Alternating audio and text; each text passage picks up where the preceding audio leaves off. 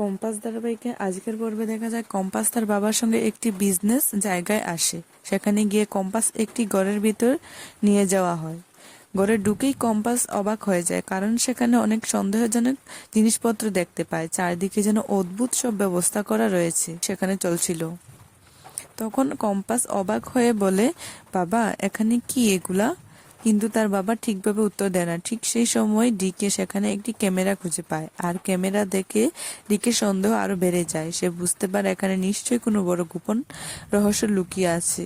এরপর ডিকে কম্পাসকে ধরে ফেলে এবং জিজ্ঞেস করতে থাকে, এই ক্যামেরা এখানে কিভাবে এলো?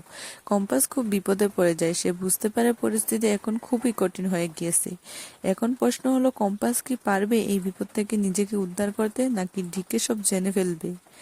সেটা জানতে হলে দেখতে হবে কম্পাস আগামী পর্ব। আর তোমরা কি মনে করো, কম্পাস কি এই পরিস্থিতি থেকে বের হতে পারবে?